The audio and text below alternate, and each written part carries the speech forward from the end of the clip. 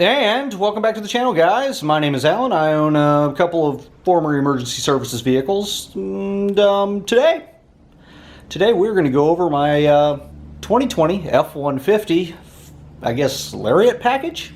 Oh yeah. We'll compare it to the XLT.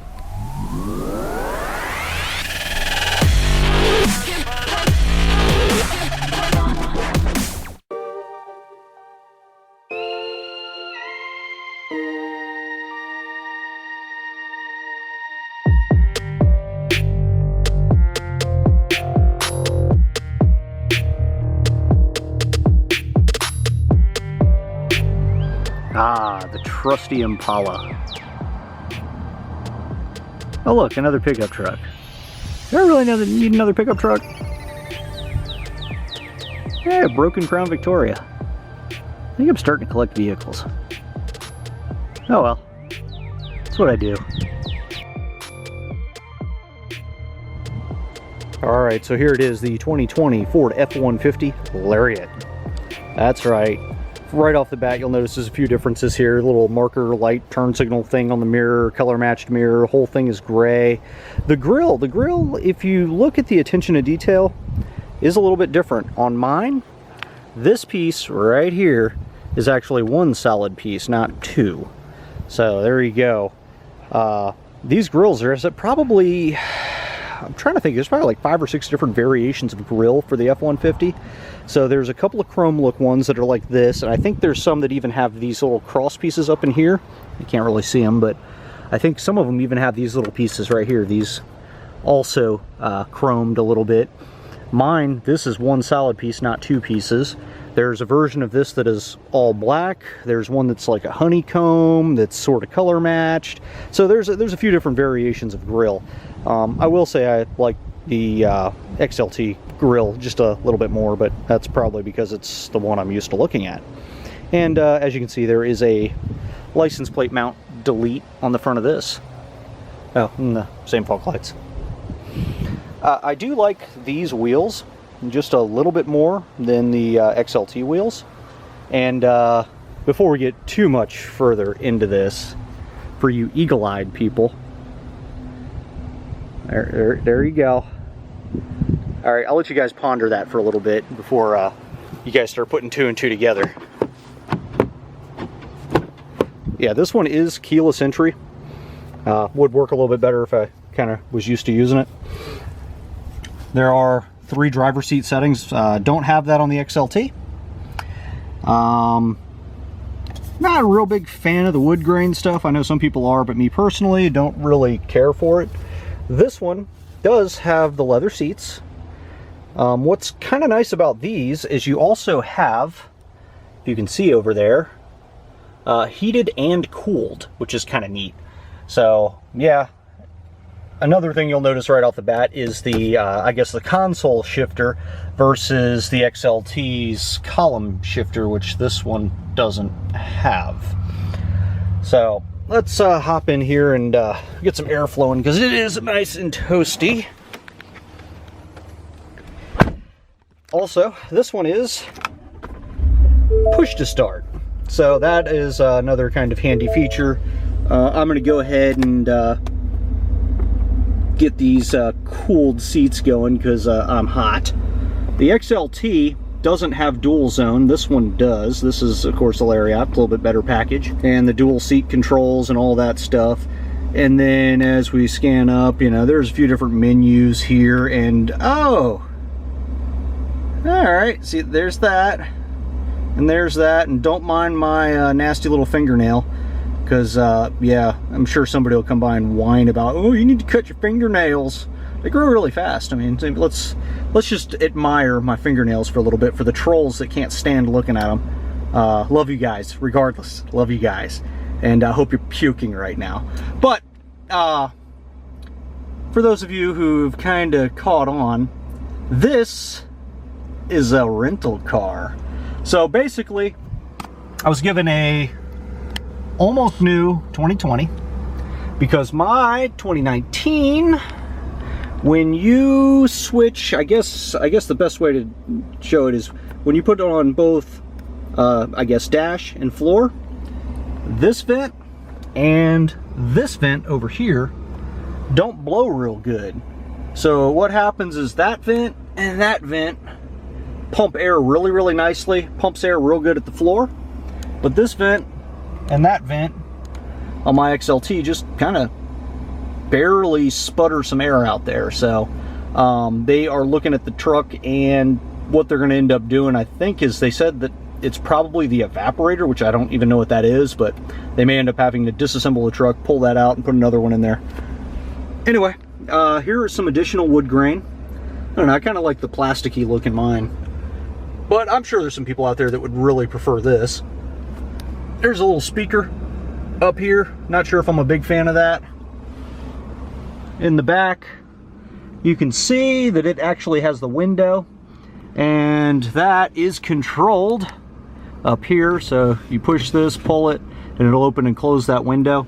Now, kind of a fun fact, I've heard from some people on the forums, I don't know if you guys can see back there, but there's a defroster in the window. And I've been told that in certain climates, when you turn on that defroster, it can actually blow out the back window, and nobody's really sure why it happens, but it just kind of happens. So there you go. There's leather seats back there. The cooled seat over here is starting to work real good, so I might not be sweating through my shirt too bad here in a minute. I should probably turn the AC up a little. Anyway, I guess now that it's starting to get nice and cool in here, I should probably step out and show you guys the rest of the truck. Cooled seats. I do actually kind of wish I had these in mind, but yeah, I don't know if it's really worth the additional. I guess depending on what dealer you get this thing from, it could be I paid about $45 for mine out the door, and these I guess list around 60-ish plus or minus. With discounts, they're usually around $55, and I don't know if this is worth the additional, $10,000 to $20,000 depending on where you get it from. Because I do like mine. I like my cloth seats, but not sure of I can't justify the cooled seats for an additional 10 grand at the best deal. But kind of wish I had them. Maybe I could retrofit. I'm sure some guy out there's figured out how to do that. Oh, and I did notice that the menus here are set up a little bit differently. Not sure if I'm a big fan. I guess I'm just used to mine, but I'm sure this is probably preferred by other people. So whoever's been driving this prior to me getting it has been averaging about 15.6 miles per gallon. I'll probably put some highway miles on this and see what happens, because I'm supposed to be hanging on to this at least for a few more days. Haven't put too many miles on it myself. I think it had like 1,630 when I picked it up, something like that. So I haven't really driven it too much yet, but that'll change in a couple days. One more thing, there is an extra four-wheel drive setting. Looks like an automatic four-wheel drive. I don't really know what that is, but I may want to just look at the manual a little while later and see. Mine only has 2 high, 4 high, and 4 low. I don't have that 4A, whatever that is. And this is kind of neat.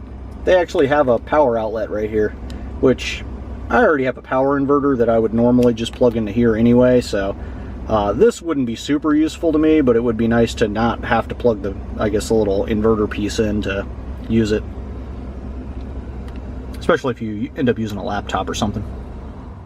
Before I get completely out, this one does have adjustable pedals, which might be kind of useful, but I'm the kind of guy that I said it once and that's it. And I do miss my little lazy boy step there, but there'll be differing opinions on whether or not that's useful to some people. Back here, I did notice that this one has this little bar thing here. So this little plastic bar to help retain your stuff. So I don't know, I might look into figuring out what one of those costs, or maybe I'll just buy a piece of wood. And I don't know if this side has one too, but power inverter. I guess that's the inverter for somewhere. Not sure. This also has an outlet in the back and some other little handy dandy things. I don't typically carry a lot of passengers, so I'm not sure how often that would be used in my truck.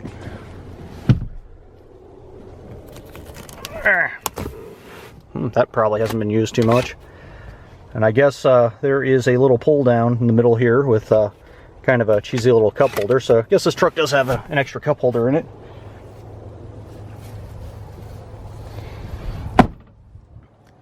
Back here they have the plastic bed liner, which I got mine with a, I went and did a spray on. The tail lights are also a little bit different here. You can see it's two large pieces and they don't have the little white trim that my truck has.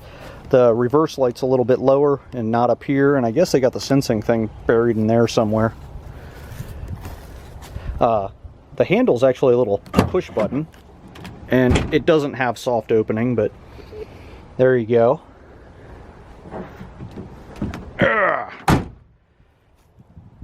Of course, little light, backup camera. This one does have the little hitch assembly, so you can plug a hitch in there if you need to.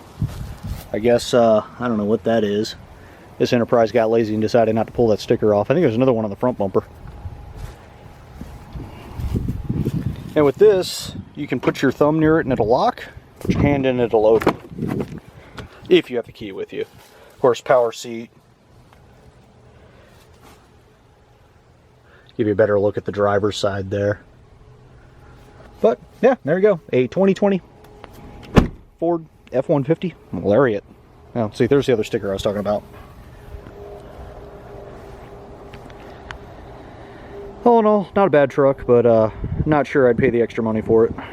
Another thing on the outside with the mirrors that I wanted to note is they don't have the little blind spot corner piece that the XLT mirror has on these. I actually do kind of like having that little blind spot like corner piece here, which is kind of handy. Hey, look, you can see me in the reflection. Hi.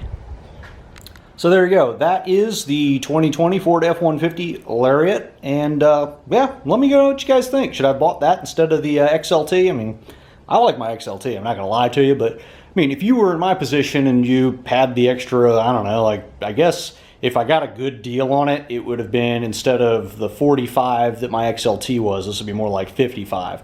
Would you have spent the extra 10 grand to have leather seats, heated and cooled seats, dual zone, some different taillights, and some other weird amenities, you know, I guess the exploding rear window with the slider, the sliding glass, the different side mirrors, the color matched mirrors? I mean, is that to you guys worth the extra money? I mean, for me personally it wasn't, but I'm just kind of curious. I mean, everybody's got their own opinion on this stuff. Would you have spent the extra money?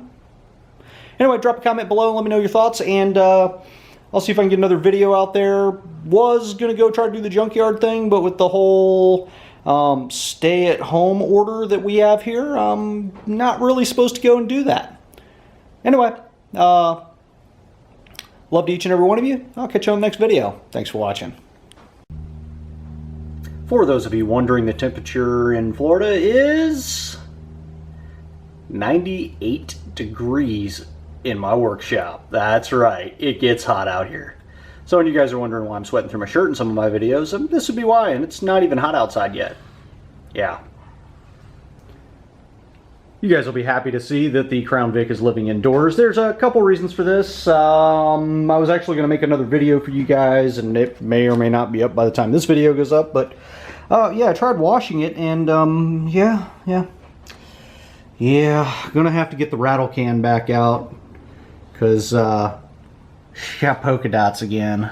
Yep. And it's everywhere. I mean, everywhere. You know, up here on the roof, there's a spot right there that's actually getting ready to flake off.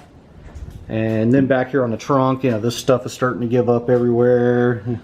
You see where I painted it before, and then the stuff next to it flaked off. Same with over here. So yeah, there we go. That's part of the reason why this thing is living indoors, because yeah, the paint refuses to stay on this car. So there you go. But for those of you wondering, it's indoors now. Barely fits. Barely fits. Okay. There's a wall, and then in the back here there is just enough space, just enough for me to squeeze myself in here somewhat. I mean, I'm kind of getting stuck, but you guys get the idea. And I'm still not a cop.